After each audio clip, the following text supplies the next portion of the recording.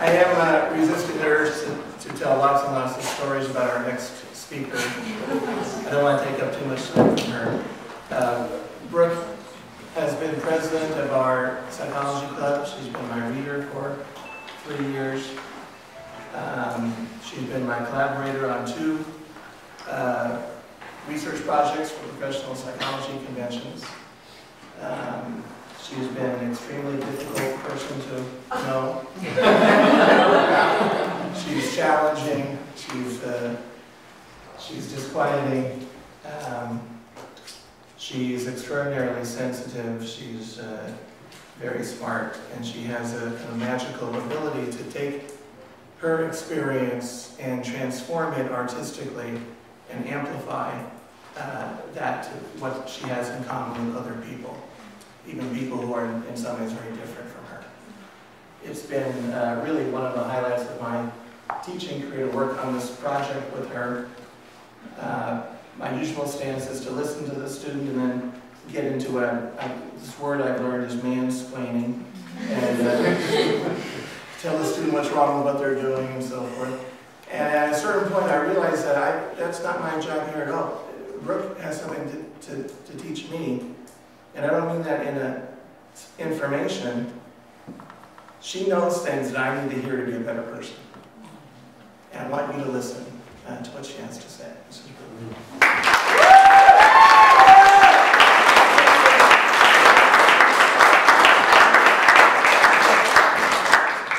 I don't know how to top that. But first and foremost, I just want to thank several of the professors that offered their students to me as participants. The following include Professors McGuire, Nunes, Best, Benton, Schneider, Jacobo, C. Bainham, Fulton, and Professor Wyrick. As this has been a very personal project for me, I'd also like to give a special thanks to Professors Jacobo and Kakazu separately for helping me understand my journey with this project and that I'm not alone in it.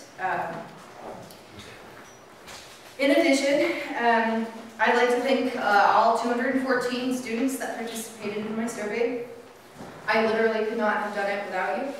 And to my advisors, Dr. Hill and Dr. Fulton, I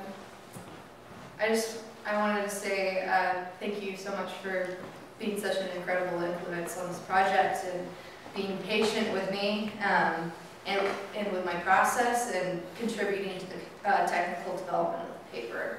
And most of all, I'd like to thank my parents for teaching me to stand up for what's right. And thank you all for being here. All of you. You guys are great. But without further ado, Pacific Union College, I have something to say.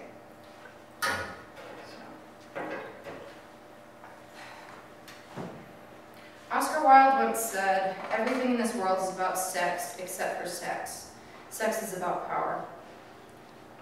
This is a story you may not have heard, a voice lost among the steady stream of cleanliness and purity, of being taught what it means to be a man, what it means to be a woman, of being constantly reminded that our true mission is to win souls to heaven.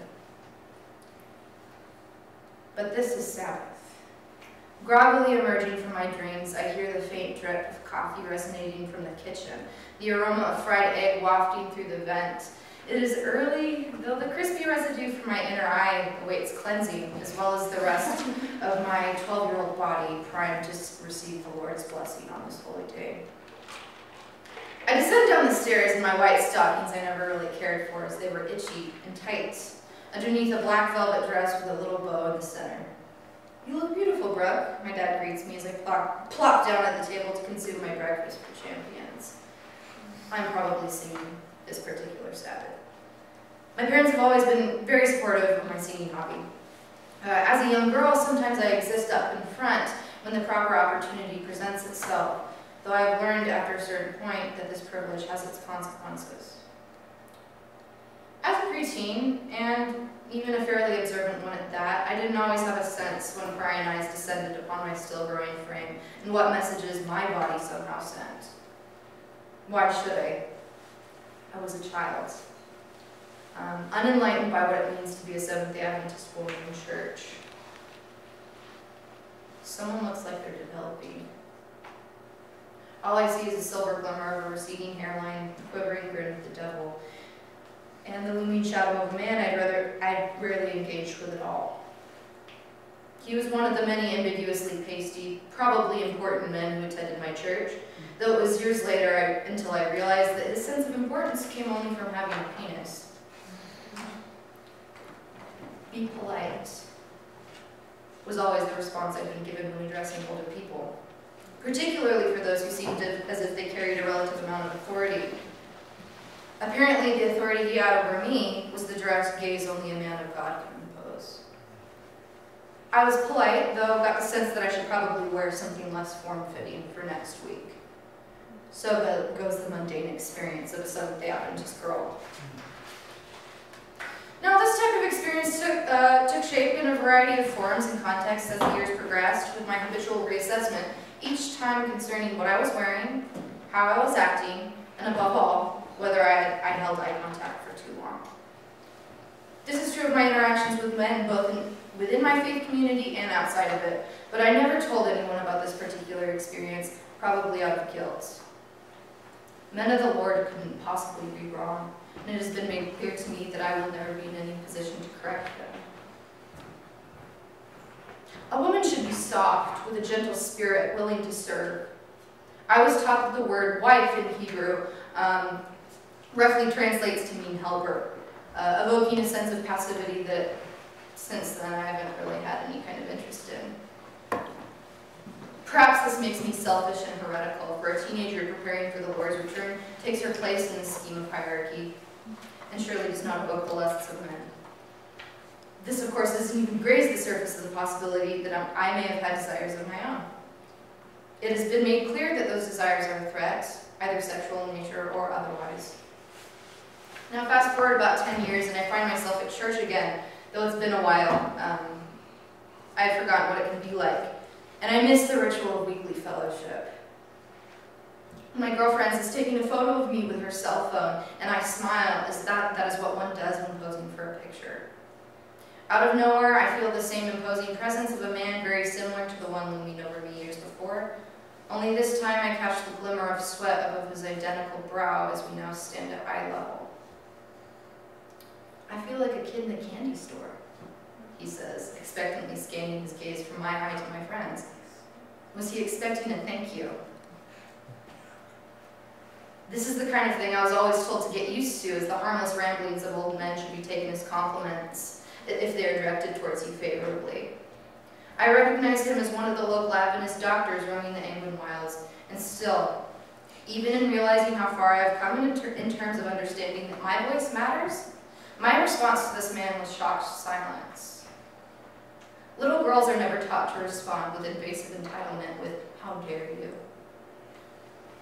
But I guess old habits die hard. And so everything in this world is about sex except for sex, because sex is about power. So why do I start with the narrative? This is supposed to be a research presentation on a survey that I collected. And to me, a large reason I did that is because if you want to do something important, if you want to say something important, oftentimes it comes from a very personal place.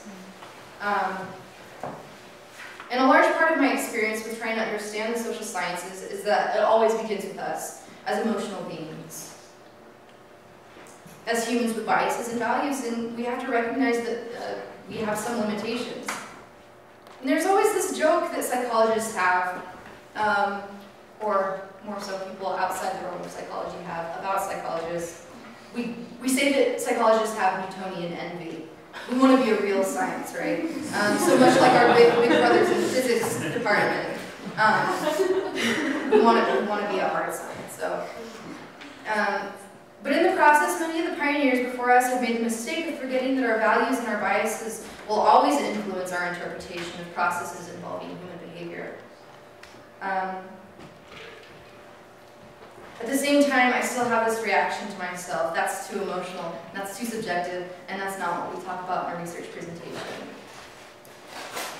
And as a woman trying to be taken seriously as a researcher and a student of science, that emotional, subjective place can be really scary to talk about. But at the same time, it can also be the beginning of something that needs to be said.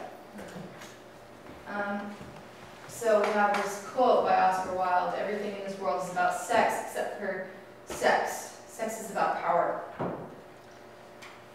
And that's where the integration of the objective and the subjective comes down to, in this case.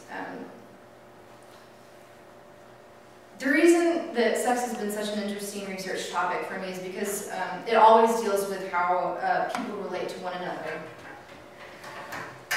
How do we respond to one another, and what does it mean to be a man and a woman? What's appropriate, what is not? What do the social signals that we send mean, depending on the person we send them to and in what context?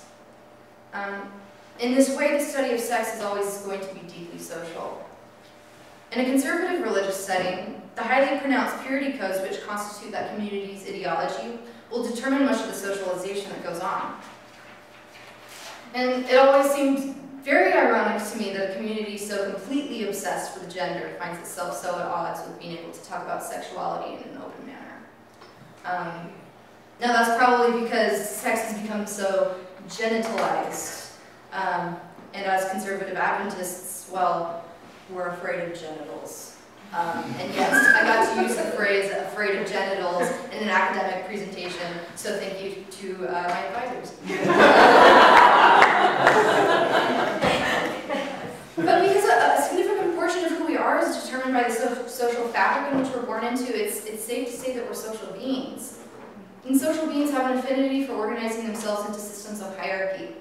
And when that system is abused, either at the institutional, familial, or individual level, social scientists have a responsibility to try and understand why and design new systems that will reduce domination of those who have less power. Therefore, part of the study of human sexuality is responsible for dissecting how people navigate the dynamics of submission and domination. So, sex is desire. In this way, sexual expression largely functions as a means to indicate desire. What is it that we want? What pleases us? That desire is communicated primarily through the body. This is a means by which a person experiences external events, persons, and objects. And we use desire as communication. So this indicates our freedom to articulate what we want to articulate without fear. And in fact, the embrace of desire through the body should be consistent with Seventh-day Adventist theology. We have this emphasis on holism, right? As Adventists, we're not dualists. The body and the mind are one and the same thing. And the reason we put so much emphasis on health in the body is so our minds will be more clearly able to discern the Word of God and each other. Sexual expression, arguably by some, remaining within the context of marriage, should be no different, and this line of communication should remain open. But when there's an excessive antagonism towards sexuality as it functions as a symbolic indicator of what we want, particularly for those who are not married, less clarity in communication with each other is possible. And this is a very large problem if, like we stated before, sex is about power. And so, sex is also about control.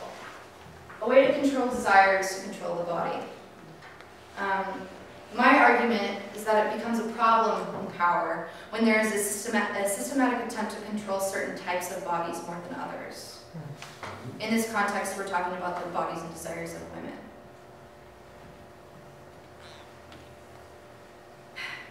My project is demonstrating that the methods by which these bodies are controlled are language and cultural messages of fear. As a 12-year-old, I was never taught to say, "How dare you," in response to an obvious comment about the presence and appearance of my body. While no one told me to bend over and give myself to them, this is an example of how language and messages of fear are reinforced. Okay, so we're going to try to make a few connections in this case. So, as Americans deeply influenced by our Protestant and early Christian roots, we have to remember where these cultural ideas are coming from. Early forms of Christianity placed a great emphasis on Plato's dichotomy of the spiritual and the sensual. So as spiritual things were more overtly associated with reason and maleness, the sensual realm was more overtly associated with earthliness, emotion, and female physicality. We see this reflected in many of the church writers. For example, in pain shall you bring forth children, woman, and you shall turn to your husband, and he shall rule over you. And do you not know that you are Eve? God's sentence hangs still all over your sex, and his punishment weighs down upon you. You are the devil's gateway. You are she who first violated the forbidden tree and broke the law of God. It was you who coaxed your way around him, whom the devil had not the force to attack. With what ease you shattered the image of God. Because of the death you merited, even the Son of God had to die. Woman, you are the gateway to hell. Tertullian. It is heavily reflected in Tertullian's rhetoric that the results of her physicality are what bring about the fall of man, and thus sin. Sin, the wages of which are death, are associated with overt physicality, heralding back Plato's dichotomy of the spiritual and sensual, where again, women are associated with sin and therefore death. Since then, we have felt the need to control something so dangerous. Throughout Christian history, in fact, Niebuhr suggests that sensuality has often been overtly equated with sin. Unfortunately, women have too often been the primary source of blame for sin because their physicality has been associated with dirt and shame. And because of this inferior state, she is considered to be property.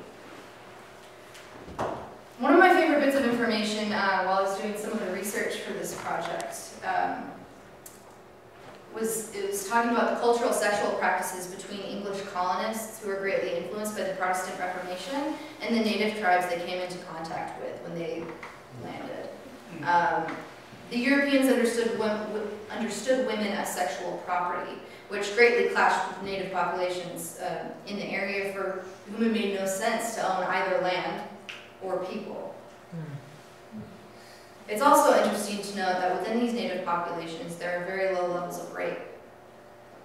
And if the definition of rape at this time was the theft of sexual property, then the concept of for the native populations made little sense because people couldn't be owned.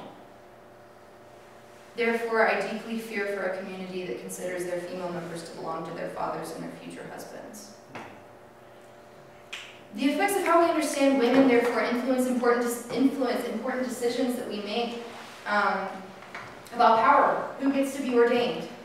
Who gets to have input on important church decisions? If the dominant cultural message is that female physicality should be more overtly controlled because women are both more dangerous somehow and more pure, then their communication is stifled. When this happens, rigid gender roles have become a means of domination, and that's not what Christian communities are called to reinforce.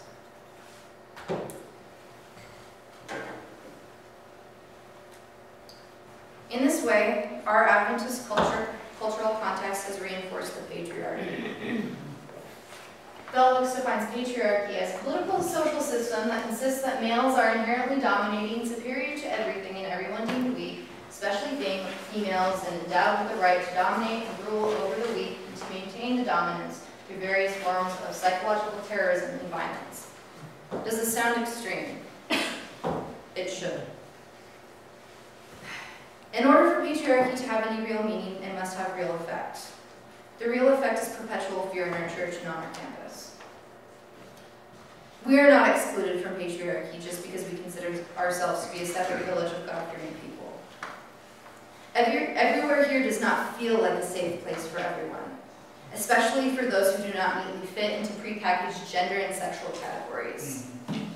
This includes people either of the LGBTQ+ community and individuals who have simply violated our cultural purity codes, particularly women. They say, you can be here, but you have to be like us. That is, subordinate and quiet.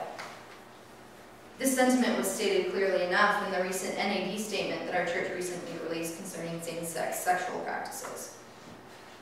Our self-proclaimed righteousness has made it very difficult for our action within the patriarchy to be stated, up until now. And so we have to understand that patriarchy is demonstrated by two commands. One from the secular worlds, one perhaps from more conservative and religious communities. The secular manifestation of patriarchy says, no, those religious freaks are just trying to repress you, right? The religious manifestation of patriarchy says, no, those heathens are just trying to exploit you. But the truth is there's a binding attempt to control the sexuality of women on both ends.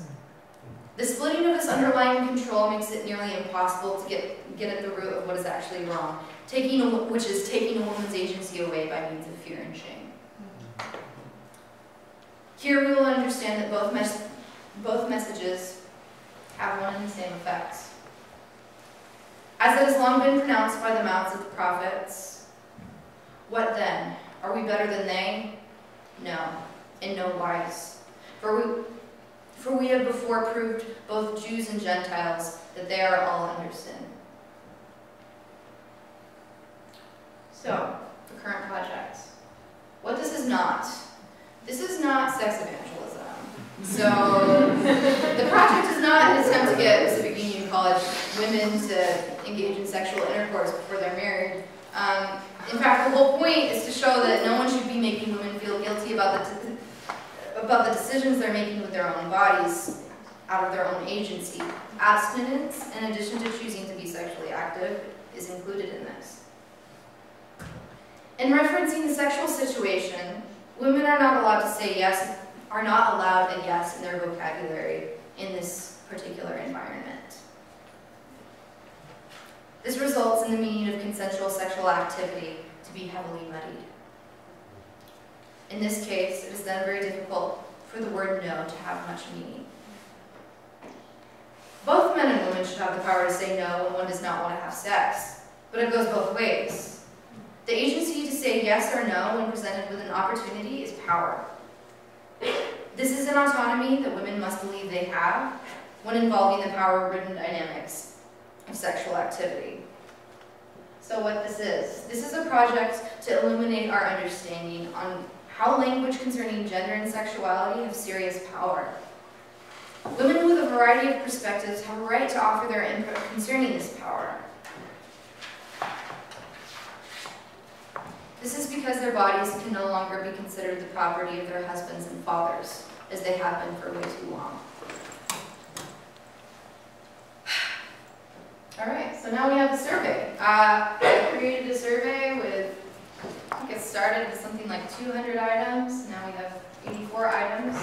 But as you can see, we have 214 participants, all from, 8 upper division and lower division classes, talking about faith importance, attitudes and behaviors, and sexuality, messages received at PUC, and it was all completely anonymous. So, the participants, as we can see with class standing and with ethnicity, the breakdown is fairly similar to the PUC population as a whole. So, what that means is the sample is fairly representative. We also have a very religious sample. So 47% rated their faith as very important, whereas 33% as important, pretty religious. This is the proportion of students who have engaged in any sexual activity at all. So that's not necessarily including the last 12 months, but over the period of their life. 64%. Interesting. In terms of, well, actually, let's take a look at the at this percentage. So 65% on the national average are currently sexually active, which is almost exactly the same as PUC students who have ever had any sexual activity. So I think that was kind of interesting. But the discrepancy is pretty significant, 42% versus 65. This one I thought was really interesting as well. So what this means is 33% of the people who rated their faith as very important were currently sexually active, which means that's almost a third of our people who rate their faith as very important as also being sexually active. So what that indicates is we can't necessarily keep telling students that if their faith matters to them, then they have to be abstinent, because that's just not the reality. And so that's between a third and half of the students who rate their faith as very important or important as being sexually active as well. Right? This percentage is fairly close to the national average. And this is during PUC, or during the participants' years at PUC, so the time they've been here. It's also important to recognize that a large proportion of our sample were freshmen. So that's only within the last year. Now we're talking about attitudes. We asked students to imagine they just had sexual intercourse for the first time. As they're walking back to their dorms, we asked how they feel. Women were significantly more likely to report being anxious and guilty. Men were significantly more likely to report being proud and happy.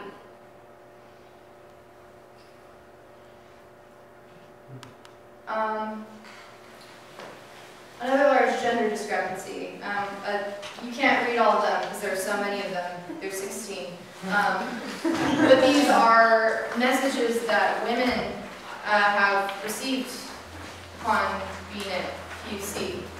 But what this means is, of the people who reported hearing these messages, women were significantly more likely to be the respondents, whereas there was only one for men, which was men were significantly more likely to have participated in conversations with faculty, deans, pastors, or administrators that made them feel that women experiencing sexual desire and being comfortable in their own bodies is inherently dirty, intellectually immature, and spiritually unhealthy.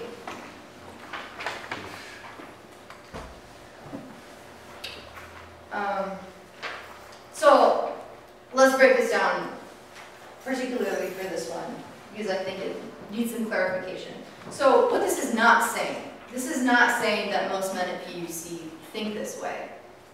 This is saying that other respondents who responded to this question, they were significantly more likely to be men. This is a closer look, and you'll definitely find these on the paper that was just passed out. So I'm just going to read these. If a woman, these are messages that people have received upon attending PUC from either faculty and staff, pastors, or deans and administrators.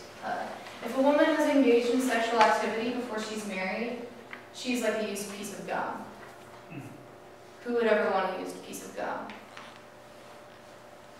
A woman who enjoys sexual pleasure too much is acting inconsistently with her feminine, nurturing role God intended for her. Because the temptation to engage in sexual activity is stronger for men than it is for women, men should be judged less harshly than women for falling into sexual activity. A way for a woman to avoid being raped is to cover up her body.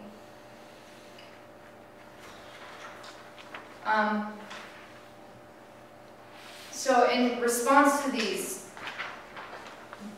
the participants were asked to report, regardless of what proportion they agree or disagree with these statements, in what ways have they influenced their life. One, they have influenced the way you choose to dress, present yourself for fear of either verbal attacks or physical violence. Made you feel uncomfortable in your own body? Made you feel less worthy of love and happiness if you do not fall in line with these expectations? Made you less likely to tell someone if you were sexually coerced or raped?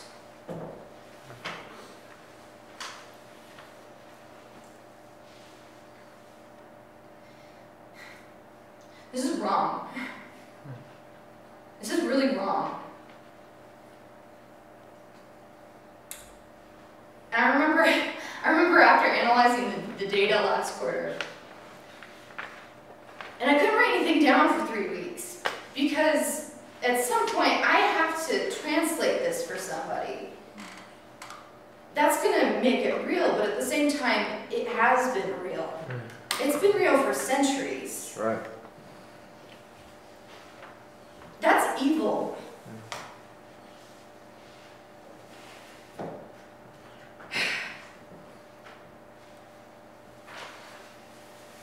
And it's not just my story.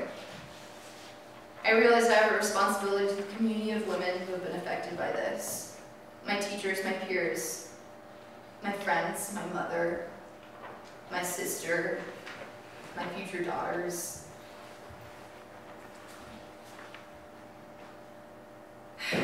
Everything in this world is about sex except for sex. Sex is about power.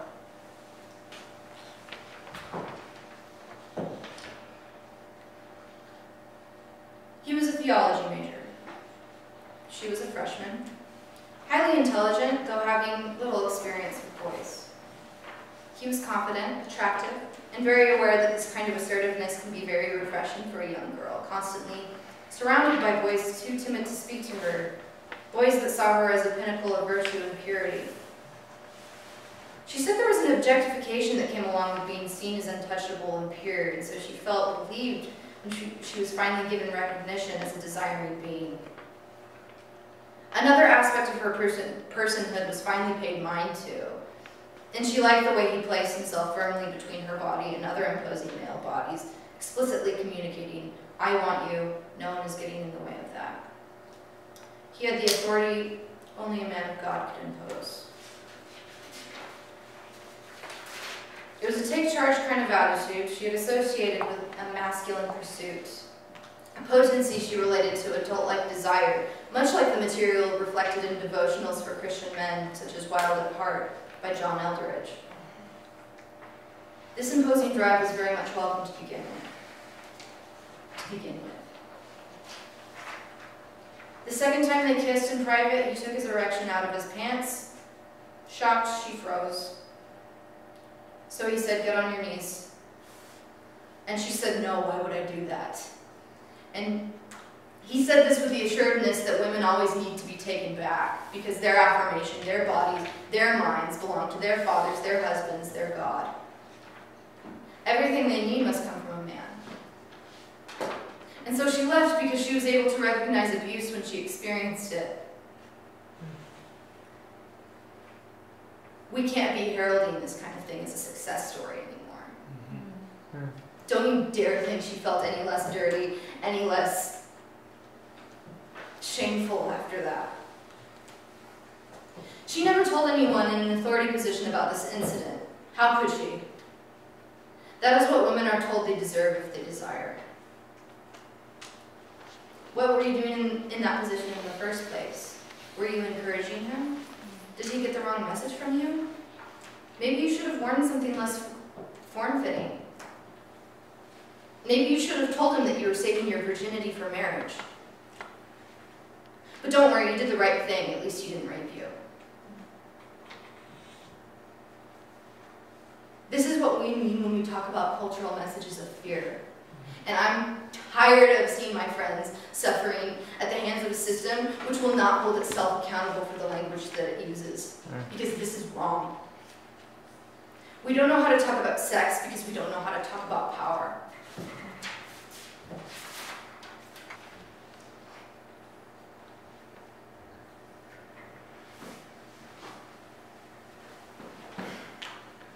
And so in response to this narrative, the only thing that I can say, I think you saw it just now, in reference to one of my favorite movies, 2015, Mad Max Fury Road. We're not things. We're not things. Sure. The reason there's an overt pressure to be sexually attractive for men in the church, for our potential husbands, is that we've been taught that his is the only affirmation that matters. The reason women are told to be virtuous by means of remaining unused, that her source of wisdom is through virginity, is because women have existed as property for a large majority of history. We tell women to cover themselves up, respect themselves. We have been compared to Christmas presents, gum, pieces of candy, that if we use or open ourselves up before our husbands get to, then we become second-hand goods. Sort of like an object. This is as much objectification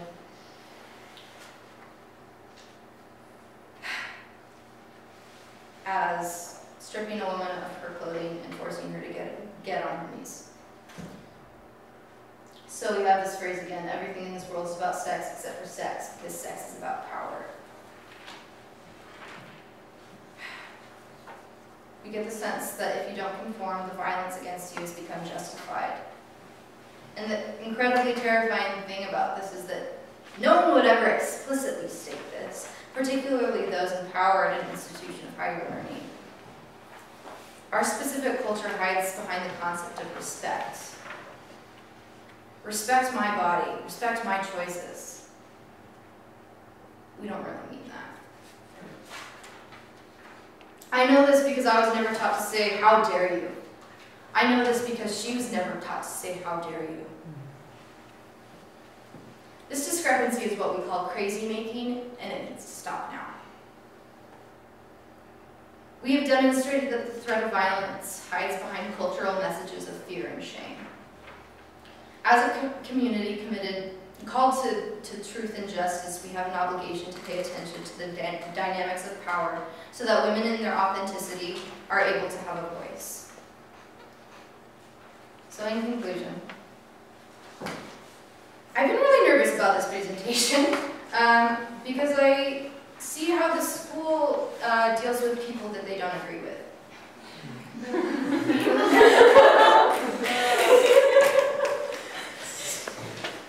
And now we understand why sex is about power. And closer to my heart, a reason why this project has been so important to me is that it indicates our ability to talk about any difficult topic with authenticity and dignity. How do we talk about death? How do we grieve for each other? And if we can't talk about power, then we certainly can't talk about academic freedom. Academic freedom is valuable because it allows us to continue talking about systems of power and keep each other accountable. The reason we need to keep talking about systems of power is because it indicates what kind of community we have. And as a last note, I've been taking this class this quarter from Dr. Schneider on ethics and the social sciences. And he introduced us to Browning's 5 levels of moral reasoning. He suggests that one good way to tell if needs of a community are being met is whether there's harm being done. We will know whether there is harm being done based on our community's further willingness to talk about the things that matter, to listen to the members who hurt. By doing this, we affirm the humanity of one another, as we are called to do as brothers and sisters in Christ. If a community is then able to create an environment that fosters the growth of strong individuals with their own perspectives, then we have affirmed that we are people and not things. That's all.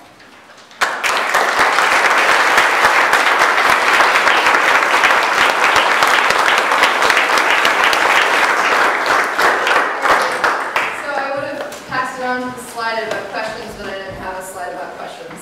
I don't know, we're probably over time. You have a few moments. All right, what questions can I answer? I just want to say, thanks for sharing this on Mother's Day weekend. Yeah. My mom's been going for 28 years, and I'm very proud of you, and she would have been very proud of you too.